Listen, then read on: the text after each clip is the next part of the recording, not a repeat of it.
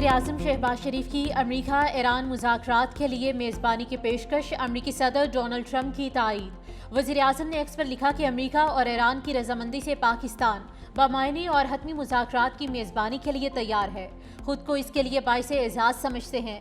پاکستان جنگ بندی کے لیے مذاکرات کی مکمل حمایت کرتا ہے، مشرق وسطیٰ جنگ کے خاتمے کی کوششوں کا خیر مقدم کرتے ہیں، علاقے اور اس سے باہر امن و استحکام کے مفاد میں بات چیت کے عمل کو آگے بڑھانے کے حامی ہیں۔ وزیر اعظم نے پوسٹ میں امریکی صدر ڈونلڈ ٹرمپ، ایلچی اسٹیو وٹکوف اور ایرانی وزیر خارجہ عباس عراقچی کو بھی ٹیگ کیا۔ امریکی صدر ڈونلڈ ٹرمپ نے وزیر اعظم کی پوسٹ کو ٹروتھ سوشل ہینڈل پر شیئر کر دیا۔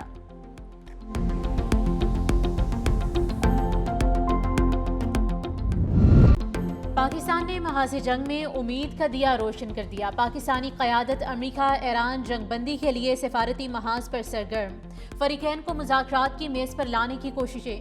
امریکی صدر ڈونلڈ ٹرمپ اور فیلڈ مارشل سید عاصم منیر کا رابطہ، ترجمان وائٹ ہاؤس کیرولین لیوٹ کی رابطے کی تصدیق۔ کہا صدر ٹرمپ کو خلیجی ممالک کے متعدد رہنماؤں کی ٹیلی فون کالز موصول ہوئیں۔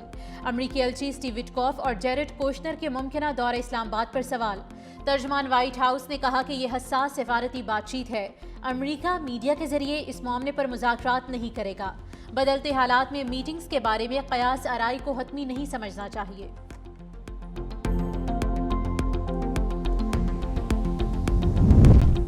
ایرانی سپریم لیڈر کی مذاکرات کے لیے ہاں، مشتبہ خامنائی نے امریکی حکام سے بات چیت پر آمادگی ظاہر کر دی۔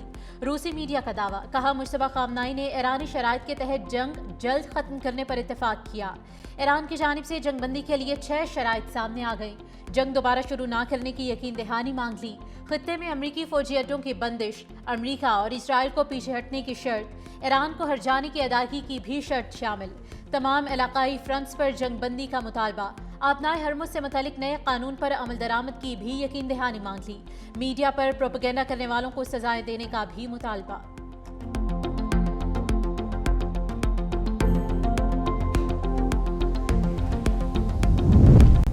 ایران نے جوہری ہتھیار نہ رکھنے پر اتفاق کیا ہے۔ امریکی صدر ڈونلڈ ٹرمپ کی وائٹ ہاؤس میں میڈیا سے گفتگو، کہا ایران میں جن سے بات کر رہے ہیں وہ ڈیل چاہتے ہیں، ایران کے پاس اب لیڈر نہیں، بحریہ اور فضائیہ ختم کر دی، ہم اب بہتر افراد سے بات کر رہے ہیں، ایران میں نئے لوگوں کا سامنے آنا ہی ریجیم چینج ہے۔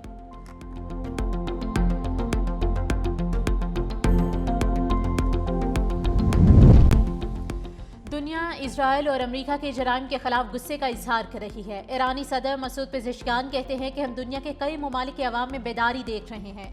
پاکستان، ترکی، عراق، مصر اور عرب ممالک کے لوگ رد عمل سامنے آیا۔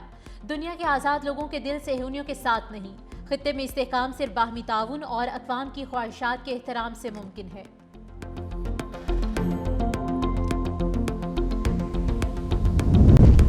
قطر کی بھی جنگ بندی مذاکرات کی حمایت، ترجمان قطری وزارت خارجہ کا کہنا ہے کہ ہم اور ایران ایک دوسرے کے ہمسائے ہیں اور رہیں گے، ایران کا مکمل خاتمہ کوئی آپشن نہیں، قطر ایران اور امریکہ کے مذاکرات کا حصہ نہیں، متحارب فریق جتنی جلدی مذاکرات کریں اتنا اچھا ہوگا۔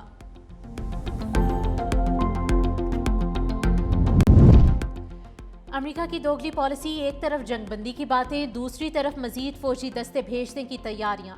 امریکی اخبار وال اسٹریٹ جرنل کا تہلکہ خیز انکشاف، لکھا پینٹاگون 3000 فوجی اہلکاروں کو مشرق وسطیٰ بھیجنے کے لیے عنقریب تحریری حکم نامہ جاری کرے گا۔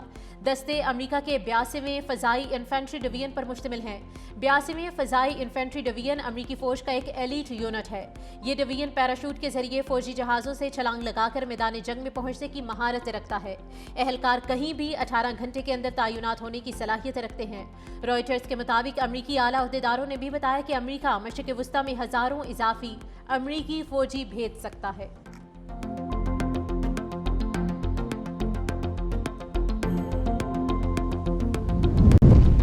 وزیر اعظم شہباز شریف کی زیر صدارت علاقائی کشیدگی پر اہم بیٹھک، مشرق وسطیٰ کی کشیدہ صورتحال اور توانائی بحران پر تبادلہ خیال۔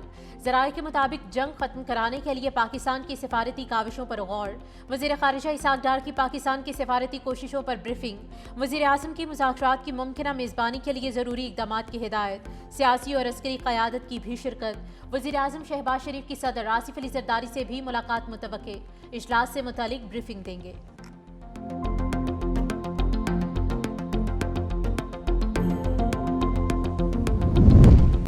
چینی وزیر خارجہ کا ایرانی ہم منصب سے ٹیلی فونک رابطہ، مشرق وسطیٰ کی صورتحال پر بات چیت کی گئی۔ چینی وزیر خارجہ نے کہا کہ مسائل بات چیت سے حل کرنے چاہیے، طاقت کے ذریعے نہیں۔ امید کرتے ہیں فریقین امن کے نئے مواقع سے فائدہ اٹھائیں گے۔ امید ہے فریقین بہت جلد امن مذاکرات شروع کریں گے۔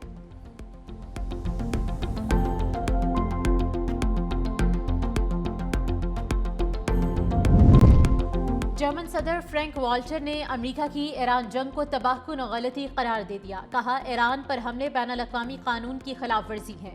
اس جنگ کے لیے امریکہ پر ممکنہ فوری حملے کے خطرے کا جواز قابل قبول نہیں، اس سے بآسانی بچا جا سکتا تھا۔ جنگ نے جرمنی اور امریکہ کے درمیان تعلقات میں بڑی دراڑ پیدا کی ہے۔ امریکہ اور یورپ کے تعلقات بھی اب پہلے جیسے نہیں رہیں گے۔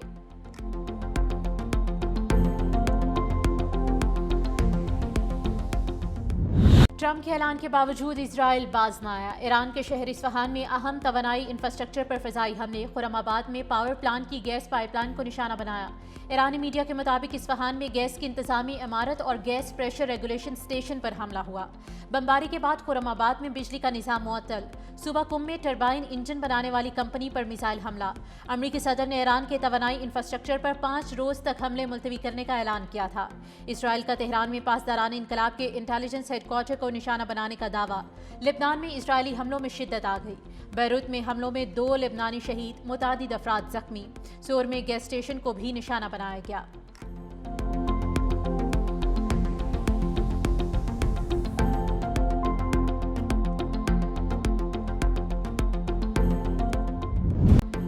ایران کے اسرائیل پر جوابی وار صہیونی شہروں پر کلسٹر میزائل برسا دیے۔ تل ابیب پر یکے بعد دیگرے متعدد میزائل حملے، 1 اسرائیلی ہلاک۔ بن گوریون ایئرپورٹ پر میزائل حملے، ری فیولنگ طیارے اور ایئرپورٹ انفراسٹرکچر کو بھاری نقصان۔ حیفا شہر پر بھی حملے، فوجی اور صنعتی مقامات کو نشانہ بنایا گیا۔ ایران کا تہران میں مسلح ہرمیس ڈرون مار گرانے کا دعویٰ۔ پاسداران انقلاب کے مطابق ڈرون کو جدید فضائی دفاعی نظام کے ذریعے ٹریک کیا گیا۔ عراق کے شہر اربیل میں امریکی قونصلیٹ پر بھی حملہ۔ کویت میں بھی امریکی تنصیبات پر ڈرون داغ دیے گئے۔ لبنان نے ایرانی سفیر کو ناپسندیدہ شخصیت قرار دے دیا۔ اتوار تک ملک چھوڑنے کا حکم۔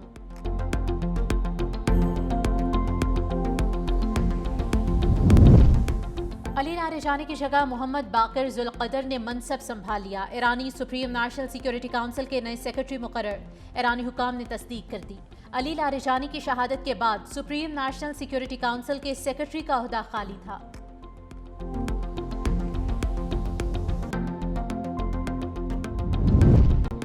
اسحاق ڈار کا متحدہ عرب امارات کے ہم منصب سے رابطہ، شیخ عبداللہ بن زائد ال نہیان سے خطے کی بدلتی ہوئی صورتحال پر تفصیلی تبادلہ خیال۔ اسحاق ڈار کا خطے میں امن و استحکام کی ضروریات پر زور، فوری کشیدگی میں کمی کا مطالبہ۔ وزیر خارجہ کا کہنا تھا کہ مسائل کا واحد حل مکالمہ اور سفارتکاری ہے۔ پاکستان کی جانب سے متحدہ عرب امارات کے ساتھ مکمل یکجہتی کا اعادہ کیا۔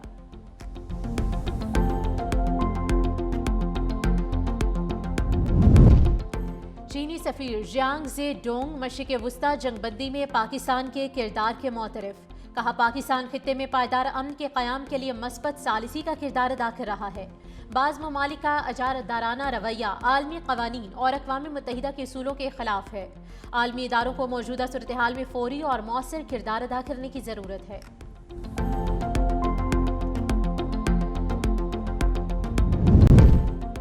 ایران اسرائیل امریکہ جنگ کے باعث عالمی معاشی بحران، ایشیائی ترقیاتی بینک کا جنگ کی صورتحال پر بڑا اعلان۔ مشرق وسطیٰ کشیدگی کے اثرات سے نمٹنے کے لیے مالی پیکیج دینے کا فیصلہ۔ کہا ایشیا اور ایشیا پیسیفک ممالک کو فوری مالی مدد دی جائے گی۔ فوری بجٹ سپورٹ اور فائنانسنگ پروگرام شروع کر دیا گیا۔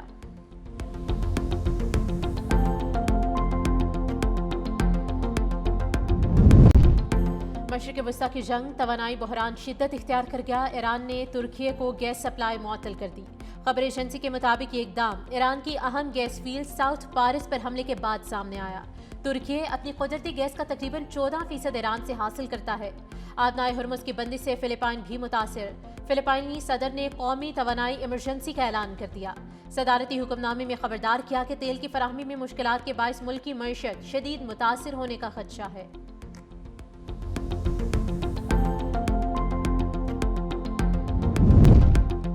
وزیر خزانہ کی زیر صدارت پیٹرولیم سے متعلق کابینہ کمیٹی کا اجلاس، ملک میں پیٹرولیم مصنوعات کی فراہمی کا جائزہ لیا، عالمی مارکیٹ صورتحال پر غور۔ بریفنگ دی گئی کہ ملک میں تیل اور گیس کے ذخائر تسلی بخش سطح پر موجود ہیں، درآمدی انتظامات اور مقامی پیداوار سے سپلائی مستحکم ہے۔ مارچ اور اپریل کے لیے پیٹرول کارگو کی بڑی مقدار پہلے ہی محفوظ ہے۔ وزیر خزانہ کی متعلقہ اداروں کو صورتحال پر کڑی نظر رکھنے کی ہدایت، کہا پیٹرولیم مصنوعات کی بلا تعطل فراہمی حکومت کی اولین ترجیح ہے۔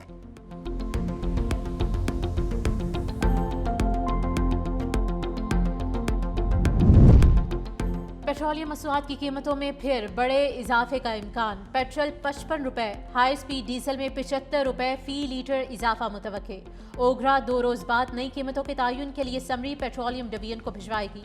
وزیر اعظم شہباز شریف قیمتوں میں اضافے کی منظوری دیں گے۔ ذرائع کے مطابق حکومت 1 کی بجائے 2 ہفتوں میں مرحلہ وار اضافہ کر سکتی ہے۔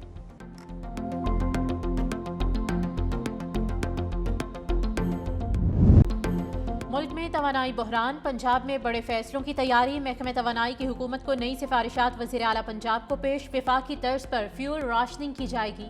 15 اپریل تک تعلیمی اداروں میں چھٹیوں کی سفارش، پیٹرول اور ڈیزل کے لیے کوپن یا ڈیجیٹل سسٹم متعارف ہوگا۔ مخصوص دنوں میں محدود گاڑیوں کو ایندھن فراہم کرنے کی تجویز، نجی اداروں کے لیے ورک فرام ہوم کے لیے سخت ہدایات کی سفارشات، غیر ضروری تقریبات پر مکمل پابندی کی تجویز، میٹرو بس سروس بڑھانے کی سفارش، مارکیٹ اوقات کار مزید محدود کرنے کی تجویز پیش کی گئی۔ خدا نخواستہ اگر یہ جنگ طویل ہوتی ہے تو پھر یہاں بھی یہ امکانات ہیں، گیس، آئل اور اس طرح کی چیزوں کا ہمیں پریشانی لاحق ہوگی۔ تو اگر ابھی سے ہم لوگ غیر ضروری جو استعمال ہے ان چیزوں کا اس کو کم کریں گے تو اپنے لیے ہی بہتری ہوگی۔ اور آپ نے جو لاک ڈاؤن کی بات کی، بالکل اس پہ سوچا جا رہا ہے۔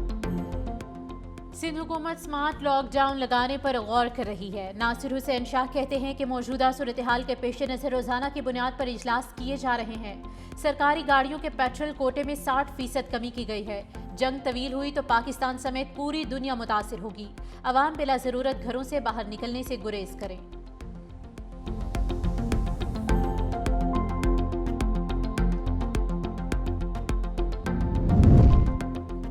صدر پاکستان کا مسلح افواج کے افسروں اور جوانوں کے لیے فوجی اعزازات کا اعلان، 11 ستارے بسالت، 475 تمغہ بسالت اور 130 امتیازی اسناد دینے کی منظوری۔ آئی ایس پی آر کے مطابق 378 COAS کمنڈیشن کارڈز بھی جاری کیے گئے، 23 ہلال امتیاز، 100 ستارے امتیاز اور 136 تمغہ امتیاز عطا۔ ستارے بسالت حاصل کرنے والوں میں پاک فوج، نیوی اور ایئر فورس کے افسران اور جوان شامل۔ متعدد اعزازات شہداء کو بعد از شہادت عطا کیے گئے۔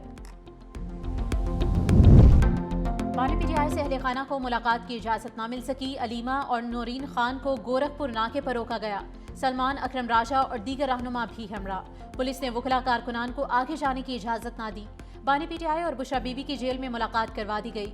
ملاقات اڈیالہ جیل کے کانفرنس روم میں کرائی گئی جو 35 منٹ تک جاری رہی۔ دونوں نے ایک دوسرے کا احوال دریافت کیا۔